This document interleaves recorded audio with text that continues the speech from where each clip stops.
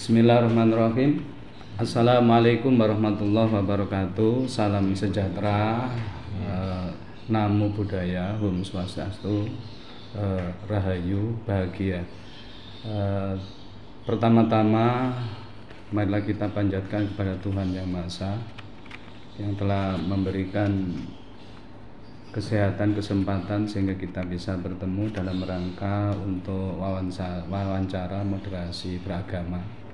Kami ucapkan terima kasih kepada Bapak Petrus dan Bapak Redi yang telah menyempatkan waktu untuk bersama-sama memberikan sumbangsih yang berkaitan dengan wawancara kebangsaan yang berkaitan dengan moderasi beragama ini. Tentunya harapan Kementerian Agama khususnya, mudah-mudahan agama-agama yang ada di Indonesia ini bisa rukun, bisa bersatu dalam rangka untuk mengembangkan, meningkatkan kemajuan baik budaya, ekonomi, dan politik yang ada di negara Kesatuan Republik Indonesia ini. Oleh karena itu, mari kita bersama-sama kita berdoa sesuai dengan agama dan kepercayaan masing-masing. Berdoa mulai.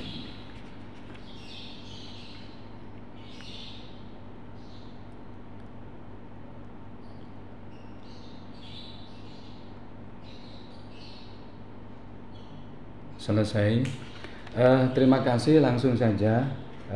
Yang pertama saya tanyakan yang berkaitan dengan komitmen kebangsaan. Bagaimana Bapak menjelaskan hubungan antara agama dan negara kepada masyarakat di lingkungan Bapak atau di lingkungan yang ada di Gereja Santo Yakobus Surabaya ini? Terima kasih Pak Wahid dan tim. Pak Milan dan Bu Nail. Pak Milan dan Bu Nail. Ya, terima kasih untuk kedatangannya ke gereja kami, Gereja Katolik Santo Yakobus Sidoarjo Surabaya. Nanti saling menambahkan ya Pak. Siap. Terkait hubungannya agama dan negara ini, bahwa sebenarnya kita harus berpulang dulu pada dasar negara kita, Pancasila. Jadi agama dan negara itu tidak bisa dipisahkan. Tetapi bahwa di sini dalam butir-butir Pancasila bahwa Pancasila melindungi segala macam agama yang di Indonesia. Itu dari sila pertama, Tuhan Yang Maha Esa. Jadi negara menjamin kebebasan setiap agama yang diakui di negara Indonesia. Jadi bahwa ini menjadi satu roh dari bangsa Indonesia, dasar negara kita Pancasila ini. Jadi tidak bisa dipisahkan. Cuma tidak dalam artian, dalam tanda kutip, bahwa memang dasar negara kita Pancasila. Jadi tidak dasar negara kita dengan agama. Nah, itu beda jauh. Karena memang Pancasila menjadi dasarnya, kemudian agama dilindungi oleh Pancasila, diimplementasikan sila pertama, Tuhan Yang Maha Esa. Demikian Pak. Nah, terima kasih. Mungkin Pak Redi mau menambah. Ya, jadi kaitannya sangat erat ya, agama dengan negara. Dalam hal ini juga agama Katolik, khususnya di Gereja Paroki Santo Yakobus. Kita juga inline ya dengan apa yang ini oleh negara ya, dalam artian ya. Juga dalam kehidupan beragama juga, kita juga dalam artian suatu misal kayak 17 Agustus kita juga upacara bersama kayak gitu. Jadi di acara-acara kenegaraan juga kadang let's say mungkin Hari Pahlawan kita juga ada kegiatan kecil-kecilan mungkin ya untuk memperingati itu, seperti itu. Ya. Nyekar di Taman Makam Pahlawan. Nah, nyekar di Taman Makam Pahlawan bersama itu kita juga pernah bahkan mengadakan kegiatan lintas agama kayak gitu. Sering Pak. Ya, kita udah tahun sekali ya, mau seperti itu. Jadi kita pada dasarnya ya searah ya, karena tujuannya untuk membangun Indonesia ya. kalau tagline-nya kan menuju Indonesia hebat kayak itu. Betul ya. Ya. Biar hebat ya. Jadi itu yang sedikit tambahan dari saya. Kemudian bagaimana cara Bapak untuk menyikapi kelompok-kelompok yang menolak ideologi Pancasila atau menentang NKRI atas nama agama? Ini sebenarnya kalau kita kembali ke poin yang pertama tadi, Pak. Jadi ini kan kelompok yang menolak ideologi Pancasila. Artinya mereka harus diingatkan kembali kepada sejarah bangsa, tentang kesepakatan berbangsa dan bernegara yang sudah dirumuskan oleh para pendiri bangsa kita, bapak bangsa kita, di mana memang Pancasila sudah menjadi rumusan filsafat bangsa Indonesia, menjadi dasar dari bangsa kita untuk melindungi keberagaman itu. Lah menyikapinya ini, kelompok-kelompok ini memang kita tidak bisa sendiri, Pak. Kita harus bersatu. Artinya dengan misalnya memberikan literasi ataupun memberikan keteladanan sikap hidup. Jadi edukasi. Iya. Jadi memang kadang orang memberikan pengajaran itu tidak dalam bentuk yang harus selalu dalam ruangan dan sebagainya. Dengan sikap hidup, dengan kita saling membuka diri untuk kanan kiri kita di lingkungan, ini akan memberikan keteladanan yang real pada teman-teman kita yang mungkin masih belum menyadari adanya keberadaan ideologi Pancasila sebagai ideologi negara, seperti itu. Ya, silakan Pak Reddy. Mungkin Pak Reddy. Nah, dengan adanya moderasi beragama ini, saya pada dasarnya sih berharap untuk kegiatan moderasi beragama ini bisa lebih lebih diperluas kayak gitu. Enggak di gereja-gereja besar atau di masjid-masjid atau tempat ibadah yang besar-besar, tapi sampai ke kecil-kecil yang kampung-kampung kayak itu. Iya. Jadi mereka bisa tahu gitu bagaimana guyupnya ya. Saya pribadi saya senang kalau kita bareng-bareng ke sini, kita tunjukkan kerukunan kita. Itu monggo kita ini. Kayak kemarin yang terakhir itu yang saya sempat LDII mengundang kerja bakti bersama-sama di Kenjeran kalau nggak salah ya. Nah, itu mantep itu. Kegiatan-kegiatan seperti itu harus diperbanyak. Kita tunjukkan seperti Pak Petrus bilang, kita tidak dengan doktrin segala macam. Iya, langsung kita kegiatan ini aja, kegiatan keakraban, ajak semua agama, nanti pasti kita ada utusan yang hadir lah itu. Kalau kita bisa full tim ya kita pasti full tim itu. Khususnya di lingkungan kita yang kecamatan mungkin. Sampai kerep ini. Nah itu. Sebagai itu Pak ya, penangkal sih. Betul. Yang anti Pancasila. Betul. Nanti kan kita bisa tahu tuh bukan untuk bukan untuk dipojokkan, enggak. Kita edukasi kan ya. Kita rangkul loh itu. Saya yakin mereka pasti punya hati nurani lah kayak itu. Jadi sebenarnya lebih ke toleransi karya, Pak. Saling toleransi karya itu ya kita sesama lintas agama melakukan kegiatan yang ringan-ringan saja, yang bisa semuanya bisa. Ini kan nanti akan memberikan pesan ketika misalnya di suatu daerah ini banyak paham-paham yang intoleran. Kita masuk ke sana, lah kita kan banyak ini teman-teman kita. Nah, kira-kira mana yang daerah yang seperti itu, lah kita kerja bareng aja dari lintas agama ke sana, tunjukkan karya bareng. Betul. Seperti itu bersama-sama. Itu nanti lama-lama akan bisa ini. Apalagi ini momen-momen bulan depan kan Ramadan. Wah mantap. Kita aja setiap bulan Ramadan aja ya buka bersama keliling ini ya. Saya ke masjid-masjid. Siap nanti ya. Terus ke tempatnya. Gak ketang bawa sak kotak rong kotak kan ya. Yang penting kan kita berbagi makanan kan kayak gitu. Kita ke Baitur Rozak mesti sama makan bareng di sini. Monggo enggak apa-apa. Itu Baitur Rozak tahun ini insya Allah nanti ada gebyar kayak tahun kemarin. Oh iya. Menyediakan makanan-makanan yang gratis. Mungkin hanya 10 hari karena ya dana. Siap. Tentang toleransi, apakah pernah terjadi konflik agama di komunitas Anda? di komunitas internal atau kalau di komunitas kami nggak ada, di Katolik nggak ada, ya. nggak ada. Semuanya aman. Ya kalau di Cara jenengan mendorong masyarakat agar lebih terbuka dalam menerima perbedaan keyakinan dan praktek keagamaan?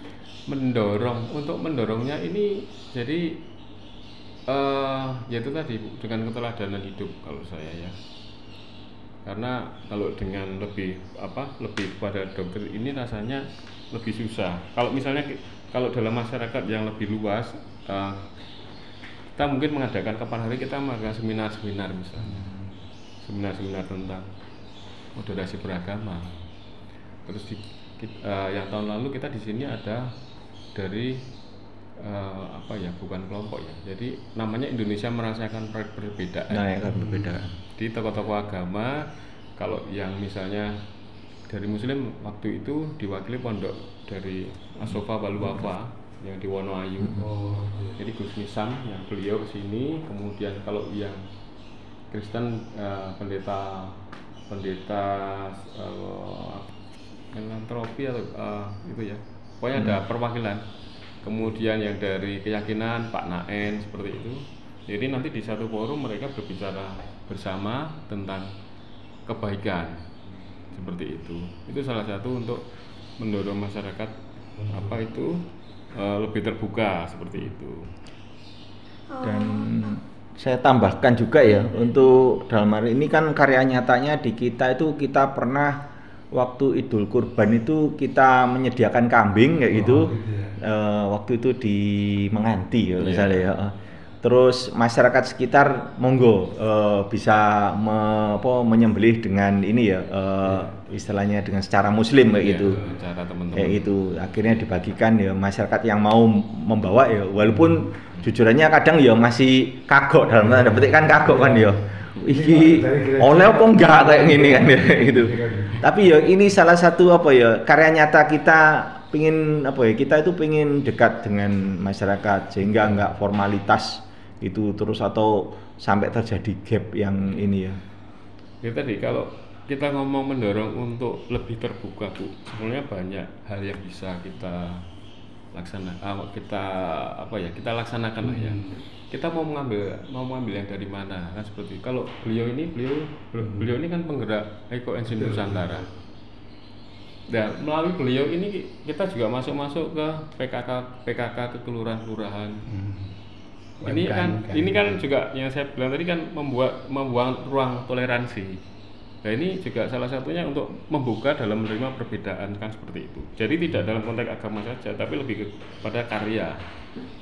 Jadi langsung mengenai itu kan. Iya, beliau ini ke kelurahan Wiyung, kadang sampai ke luar kota. Beliau karena waktu ada ini bencana alam itu di Beringkang itu juga. Iya, kita Pak Petrus dan tim Bu Victor juga ngirim dapur umum itu kita ya walaupun tidak secara frontal menyatakan kita dari ini, kita ada paguyuban kasih bangsa bahasa ininya ya supaya bisa diterima oleh masyarakat itu. Untuk yang ini Pak, yang wanita istilahnya itu ya perempuan. Jadi untuk mendorong agar masyarakat terutama untuk ibu-ibu ya agar lebih terbuka dalam menerima perbedaan keyakinan dan praktek agama. Artinya mungkin ada beberapa tindakan-tindakan perbedaan itu memang harus pelumrah dan sebagainya. Bagaimana untuk yang telah dilakukan untuk dari pihak ini? Kalau mungkin kebetulan di gereja kami ini kan sama gitu ya, antara laki-laki sama perempuan itu kan sama. Gitu kan. Jadi kita itu tidak sama sekali tidak ada membedakan antara laki dan perempuan. Nah terus kami sendiri dari pihak perempuan ini ya kita memberdayakan, biasanya kita lebih masuk ke pemberdayaan. Dalam arti itu misalkan kita ngajarin masak, kita ngajarin bikin kerajinan, bikin apa kayak gitu. Jadi itu salah satu itu Pak. Iya. Mengatasi istilahnya perbedaan-perbedaan. Iya. Karena kadang kan kita itu Pak nggak kenal nggak sayang Pak. Oh, iya. Betul. Kita harus masuk dulu. Ibu-ibu beliau ini ngajarin di samping ngajarin memang masuk ke Langsung ke betul. titik-titik, Iya. Kadang ya kapan hari ngajak mahasiswa UC. Kadang-kadang saya ngajak mahasiswa Seperti. kemana kayak kita ke waktu itu bikin misalkan ayo bikin kunci rambut, bikin apa yang mana nanti itu bisa dijual gitu. Oh, gitu ya. Ujung-ujungnya ya pasti nanti untuk penambahan Penghasilan, ya. Anaknya kan semacam itu ada nanti. Ya. Jadi perbedaan keyakinan itu sudah tidak Iya. kan Nggak sudah ada. ada. Betul. Iya, oke siap-siap Iya. mungkin nanti ini jadi inspirasi yang bisa dimunculkan nanti. Iya. Jadi membuat apa sebenarnya itu Kegiatan-kegiatan. kelompok-kelompok, Iya. istilahnya kerajinan sebenarnya. Iya. Ada lagi tentang bagaimana media sosial mempengaruhi penyebaran paham kekerasan, apa yang dapat dilakukan tokoh agama, terutama di gereja ini untuk menangkal narasi ekstremisme di media digital. Karena kita tahu bahwa banyak istilahnya itu berita-berita di mana berita-berita ini istilahnya itu kok chaos, istilahnya itu kok Ya. hanya menyebarkan ketidaktenangan Kenyamanan, keresahan. tidak nyaman. Bagaimana yang istilahnya itu langkah-langkah yang dilakukan di gereja ini. Jadi kami ada namanya Kopsos Pak. Oh gitu ya. Jadi ada media sosial, media komunikasi di gereja kami. Instagram, Oh, itu kita Instagram. punya. Jadi Jadi jamak nyaman berarti ya. betul. Jadi sebenarnya itu harus kita imbangi dengan media sosial juga. Tapi tidak untuk mengcounter apa yang Betul. Ya. dibicarakan untuk hoax itu tidak kita counter. Oh. Percuma, jadi istilahnya kalau hoax dibalas itu Iya. juga nggak Iya. ada Oh, fungsinya. gitu ya. Jadi Betul-betul. kita berbuat apa di situ ya kita lakukan sesuai apa perbuatan kita ya kita share ke medsos dengan Oke, ini yang bersangkutan dengan itu berarti apa ya, upaya istilahnya jamaah yang dilakukan dalam mencegah radikalisme dan ekstremisme di lingkungan Anda termasuk dengan adanya medsos itu Pak ya. Jadi kita dari pihak sini punya istilahnya itu medsos Media sosial untuk Iya. jamaah-jamaahnya. Iya. Oh gitu, siap. Jadi lebih ke ini Pak, media sosial itu lebih menghadirkan kegiatan kegiatan kita. gereja, Yang kegiatan positif, kita. Dan yang itu. positif. Kalau untuk media sosial yang bawa tentang hal sesuatu memang kami kalau boleh sedikit sharing, kami gereja Katolik itu tidak begitu menghiraukan hal-hal yang seperti apa ya di media sosial. Misalnya kayak misalnya kan kapan hari rame misalnya, mohon maaf ya Pak ya, Iya. nggak apa-apa ya. Betul, nggak apa-apa. Sama Pak Wahid, nggak apa-apa. Misalnya, Nggak apa-apa. misalnya, oh ada iblis disalib, Oh, iya. kita umat Katolik nggak merasa tersinggung. Iya. Tidak seperti itu, karena pandangan kita tidak kok Tuhan kok, Tuhan aja nggak marah, apa yang kita marah kan gitu kan. Iya. Jadi hal-hal yang apalagi yang menyangkut tentang ini, kalau kita pandangan agama Katolik enggak, biarkan saja enggak ada masalah kok, Tuhan aja nggak marah kok, kan seperti itu. Yang marah dia yang tidak tahu pakai berhasil. Ini gimana itu kok bisa jamaahnya kayak gitu itu diusut Pak. Iya. Benar-benar diusut. Iya. Kenapa? Dari agama apa mereka dari oknum kan semacam Iya, itu mohon maaf ya Pak, Iya, betul. mohon maaf. Jadi Iya. tapi kalau kami dari Katolik tidak seperti itu karena Katolik itu lebih universal Pak, lebih terbuka untuk hal-hal. Jadi Oke, tidak siap. tidak gampang untuk terpicu apalagi yang menyangkut tentang dalam tanda kutip tentang agama. Tidak gampang terprovokasi Iya. seperti itu. Iya. Seperti yang kemarin kan misalkan kan ada kata-kata yang kenapa kok nggak marah ya Oh, kayak iya. gitu ya memang kita nggak bahas Iya. Makanya tidak ada membahas Iya. bahas Berarti imannya sudah matang. Kayaknya enggak. Iya. Sudah mau jalan-jalan aja. iya gitu ya udah gitu karena gini pada prinsipnya kan Tuhan itu kan sudah justru membebaskan kita lebih dahulu bukan kita ini menjaga Tuhannya supaya Tuhannya nggak diutek-utek orang jadi kebalik Iya. jadi kalau kita ya sudah Tuhan yang menyelamatkan kita kok Bukmu masih 1000 orang menyerang dia ya dia pasti menang gitu. Namanya Tuhan ya. Iya, tidak perlu dibuelah, dipageri, tidak perlu Betul, Pak. iya, Iya, iya, itu iya, aja. iya. Iya, prinsipnya di situ. Karena sudah kuat imannya. Iya. Tidak Pak, semua orang kuat. Iya. Semua orang pasti kuat.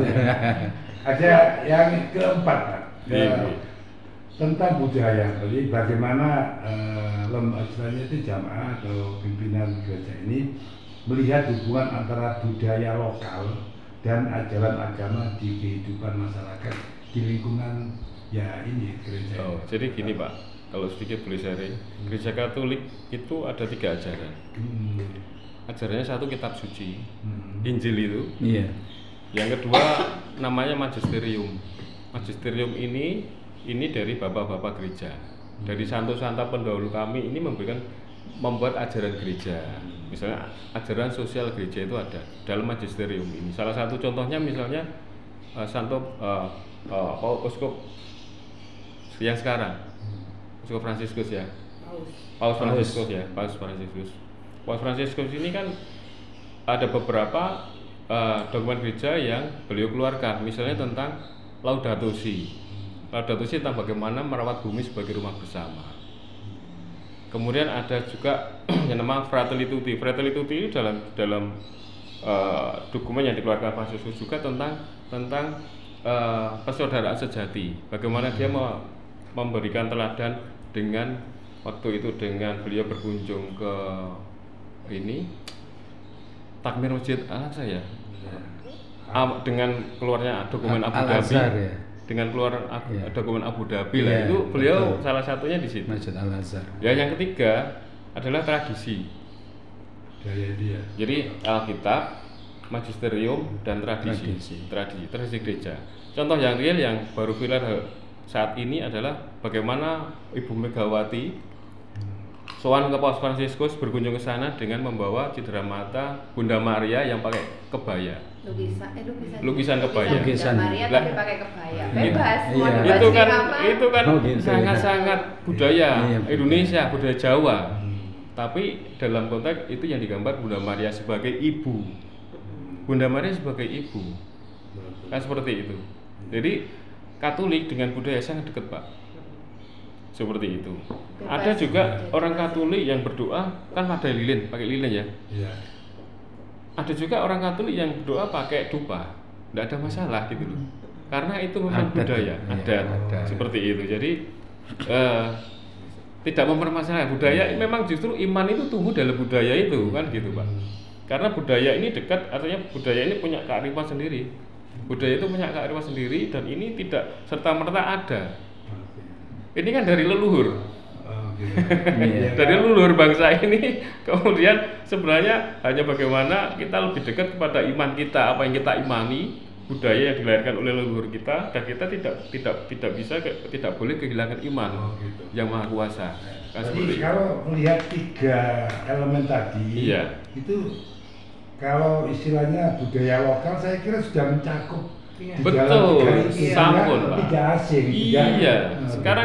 Sekarang ada misa pakai gamelan Jawa. Terus ada wayang. Gak kaget. Iya, kaget. Bahasanya juga bahasa halus, Pak. Dan kita datang ke sana ritualnya sama persis, cuman nggak ngerti ngomongnya apa, cuma ngerti Gusti Yesus. Oh iya itu. Bahasa Jawa. Jadi itu. Ibadat itu ada yang pakai bahasa Jawa. Padahal wayang di dalam Katolik ada wayang. Wayang kulit namanya wayang wahyu, Pak. Kalau di Muslim kan ada wayang yang dulu Sunan Kalijaga kan pakai wayang. Dan di Katolik ada wayang juga. Wayang wahyu namanya. Jadi Tuhan Yesus ya digambarkan dalam bentuk wayang. Jadi budayanya kental ya. Loh iya, budayanya kental sekali. Terus itu doa yang itu orang Jawa kan kalau 3 hari, 7 hari, 40 hari peringatan ada. Walaupun di gereja secara umumnya ya nggak ada. Jadi 3 hari, 7 hari, 40 hari, 100 hari, pendak itu ada juga ada. Budaya lokal. Bukunya. Ini tuntunan arwah. Iya. Boleh saya minta nanti, Pak? Boleh ya. Ya. Untuk yang ahlinya. Ya, apa nanti saya dokumentasi. Saya dokumentasikan, saya laporan ke Romo ini loh, Pak. Oh iya. Apresiasi kan gitu. Iya betul. Ini kan semua ada peti jenazah, terus nanti ada sama. Apa, jadi kita itu juga nyekar ke makam itu, Pak. Seperti itu. Ya sama. Dengan budaya lokal, dengan ajaran 3 elemen itu sangat mendukung sekali, sangat sudah berbudaya. Iya, berbudaya. Terus untuk pertanyaan yang ini, kemudian apakah pernah, artinya Anda pernah berperan dalam menyelesaikan konflik terkait budaya dan agama? Jika ya, bagaimana cara Anda melakukannya? Artinya bahwa mungkin barangkali ini kan cuma pertanyaannya Pak Ibu ya, ini dari pusat, tapi itu kira-kira selama ini kalau saya lihat itu aman-aman saja. Barangkali ada nggak pernah konflik mungkin istilahnya itu apa ya? Konflik budaya. Oh, enggak ada. Ya paling itu sebatas lingkup keluarga aja. Pertanyaan anak kan. Barongsai itu kan berarti kan dari umat Konghucu. Itu pun juga boleh masuk di bawah gitu. Ya mereka kalau punya barongsai ya silahkan. Barongsai.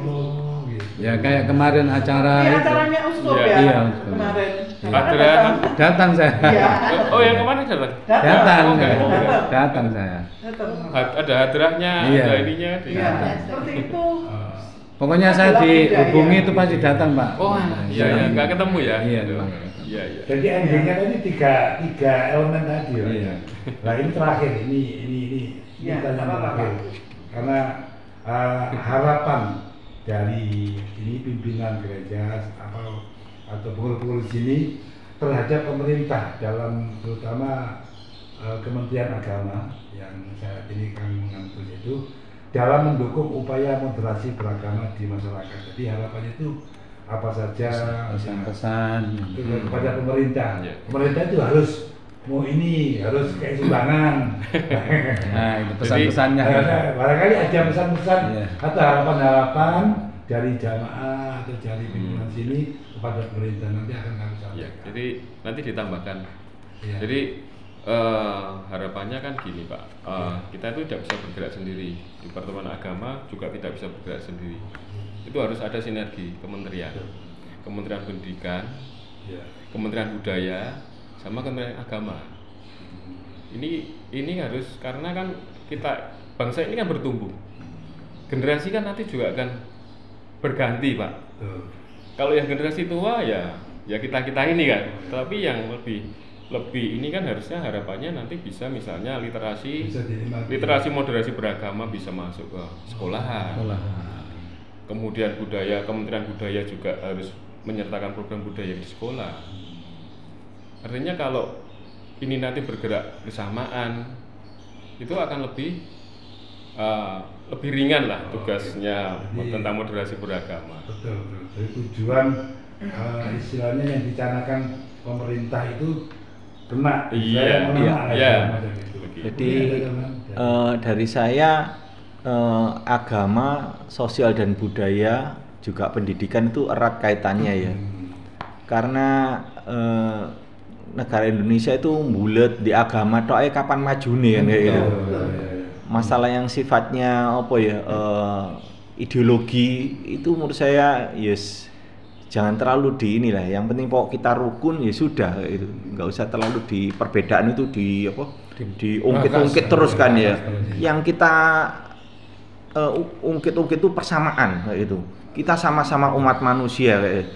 Kita sama-sama ciptaan Tuhan kan kayak gitu. Nggak mungkin Tuhan menciptakan umatnya itu untuk menjadi ini kan ya jelek kan itu. Itu sehingga Indonesia nggak kalah ketinggalan dengan negara tetangga kan kayak gitu. Itu dengan Korea, dengan Jepang kayak itu. Banyak negara-negara yang boleh dibilang agamanya nggak kencang-kencang amat ya maju juga kan kayak itu. Itu ayo kita maju bersama ya, khususnya untuk pemerintah Kota Surabaya, semoga nanti di unsur-unsur Kementerian Agama juga unsur-unsur agama yang lainnya semakin banyak dilibatkan kan itu. Walaupun saat ini nggak banyak terlibat, tapi jenengan ini sudah kayak orang Katolik lah dalam artian bisa mengayomi banyak umat kan itu. Itu. Ya untuk harapannya untuk ketua kami, untuk ibu-ibu. Jadi, terus yang kedua ini Anda mohon memberikan satu pesan kepada masyarakat luas tentang moderasi beragama. Apa yang ingin Anda sampaikan? untuk masyarakat. Tadi kan untuk pemerintah. Jadi ini untuk masyarakat. Jadi harapannya istilahnya itu tentang moderasi, artinya kerukunan, ketenangan atau yang Iya. Kalau dari saya sendiri ya, saya praktek pribadinya saya hidup tuh di Lidah Kulon RW 7 ya. Semakin banyak kegiatan moderasi beragama itu masuk ke tempat peribadatan ya. Sehingga untuk ini ya, jujurannya saya prakteknya sendiri, RW saya itu loh ngucapin apa selamat Natal itu yo timik-timik dalam artian kayak gitu, nggak bisa secara terbuka kayak gitu. Saya sampai heran kayak gitu. Ya walaupun beliaunya ngomong kayak gitu, ya ini menunjukkan bahwa wah ini moderasi beragama ini kurang kayak gitu ya. Harusnya masuk ke semua ya tempat peribadatan yang kecil-kecil bahkan kayak gitu. Ya itu kita lakukan kegiatan bersama. Jadi penyuluhannya kurang loh. Nah, ya. Nah, moderasi kelompok. Saya penyuluhannya sebetulnya sudah cukup lah menurut saya, mulai di pondok, mulai ini kan menurut saya kan oke, karena saya juga punya anak asuh banyak di pondok, beberapa pondok. Nah, itu pun juga oke gitu menurut saya. Tapi mungkin karena kita ini apa ya? Ada oknum menurut saya ya. Oknum ini tuh menurut saya ini terlalu ekstrim gitu lah. Sedangkan kita yang orang biasa-biasa yang merasa bahwa ini tuh biasa, itu nggak berani gitu, takut salah gitu. Apalagi oknumnya ini sudah masuk ke pemerintahan, sudah masuk ke orang-orang pejabat, misalkan kayak gitu. Jadi seakan-akan dia yang benar gitu. Dan menurut saya dasar yang sudah diberikan dari awal, mulai dari zaman dulu sampai sekarang, zaman Carungan, zaman itu tuh bagus semua. Betul ya. Oke. Jadi ini pesan untuk masyarakat ya. Nanti dari hasil ini nanti kan intinya apa, bahwa ada istilahnya apa ya, mungkin dari kepemerintahan itu kurang, istilahnya bukan kurang, harus moderasi ini senantiasa digaungkan. Iya. Seseorang itu mengucapkan selamat Natal, boleh di TV toko-toko kayak Gus Dur, sudah, toko kan gitu loh. Nah, karena betul apa kata Ibu, ada oknum-oknum yang mengatakan kalau mengucapkan ini nanti ini gitu. Padahal toko-tokonya NU sendiri dia langsung lantang kan tokoh NU Said Akhil, Gus Dur dan lain sebagainya, itu contoh-contoh ini. Oke, saya kira ya tadi oknum-oknum itu loh. Tapi kalau boleh memang kami ya apresiasi dengan bapak-bapak yang dari Sambikerep. Pertanyaannya satu, kenapa yang di kecamatan lain kok belum bergerak? Belum. Itu pertanyaannya. Oke, di Lidah Kulon itu belum ada loh. Karena itu menjadi motor utamanya ya. Itu tergantung penyuluhnya. Nah, itu yang harus ditularkan, Pak. Betul nggih. Iya. Coba kalau misalnya kecamatan lain seperti ini akan lebih efisien sekali moderasi beragama. Makanya kemarin saya nyoba kita sinergikan antara agama kemudian pemerintah. Kita undang Bu Camat dan juga Ade. Jadi kecamatan lain belum ada loh, Pak. Oh gitu ya. Iya, Lidah Kulon yang di kita itu Lidah Kulon yang kelihatan di Sambikerep. Ini nanti menjadi pilot project-nya harusnya. Makanya kita mendukung sekali kalau jenengan butuh resource kita untuk kita support, Pak. Monggo ayo kapanpun kita atur orangnya. Pak Wahid ada teman atau di kecamatan makan santri. Iya. Karena memang menurut saya ini nanti saya sampaikan ke kota. Betul, Pak. Biar itu sangat efektif, Pak. Iya. Karena kalau harus ada yang memulai, Pak. Kantor Kementerian Agama Kota. Biar Kementerian Kepala Kantor Kementerian Agama Kota itu bisa memberikan masukan-masukan. Mungkin malah tidak hanya memberikan masukan, Pak. Harus itu menjadi kayak peraturan kalau betul iya. Harus istilahnya itu kan kehadiran Departemen Agama dalam bentuk kecil kan gitu kan. Itu harus harus dituangkan dalam peraturan. Memang hanya Sambikerep ini Pak, dari semua kota, dari kecamatan-kecamatan yang bergerak untuk moderasi agama memang Sambikerep. Oh iya. Yang lainnya masih belum. Karena pilot project kemarin kita bisa begitu kan, waduh. Iya. Terutama di efektif banget sekitar karena sini aja dulu Pak. Iya. Akarnya kan berarti ada. akar rumputnya kan Iya, di samping itu sini. sampai kerb ini apa lengkap gitu Pak. Iya. Lengkap, ada gereja, ada pura, Iya. kemudian semua agama Islam itu kan ada LDII, ada Salafi, ada apa, itu semua kita rangkum semuanya gitu kalau di samping kerb ini. Dari kementerian beliau yang dipakai oleh Bapak KUA, Kepala Urusan Agama di wilayah mereka beliau. Jadi yang kenal sama Bapak sama ya beliau itu. Saya sampai ngomong itu di lidah pulang kok nggak ini ya, padahal ya ada KUA-nya ya. Oke, untuk pertanyaan lain sudah kami rangkum tentang ini. Jadi harapan dengan pada pemerintah, pesan-pesan juga kepada pemerintah dan juga pesan kepada masyarakat yang nantinya ini kami tampung nanti, dan ini adalah program Bapak Kepala Kementerian Agama Kota Surabaya yang mau membuat buku karya. Nah, ya, sehingga dari beberapa ini kecamatan dimintai untuk wawancara di kecamatan masing-masing ada 32 kecamatan. Sebab itu nanti kita ada tim perumus untuk itu ya. Nah ini sangat positif sekali dengan adanya kita wawancara, kita terbuka ternyata itu gereja semacam ini ya. Jadi ya juga berbudaya, istilahnya di dalam ajarannya ada budaya dan lain sebagainya. Iya. Dan juga harapannya istilahnya itu intinya damai, bahagia, kasih semacam itu. Ini kesimpulan dari wawancara ini. Langsung kami berikan pada Bapak Ibu. Ya, terima kasih wawancara dalam moderasi beragama ini, mudah-mudahan kita bersama diberikan kesehatan, diberikan rezeki yang banyak barokah, mudah-mudahan sukses selalu, mudah-mudahan kita yang sebagai pejuang agama ini mudah-mudahan senantiasa diberikan kekuatan. Amin, dan terima kasih Pak Petrus, Pak Redi, Bu Wito, Bu Reni, terima kasih.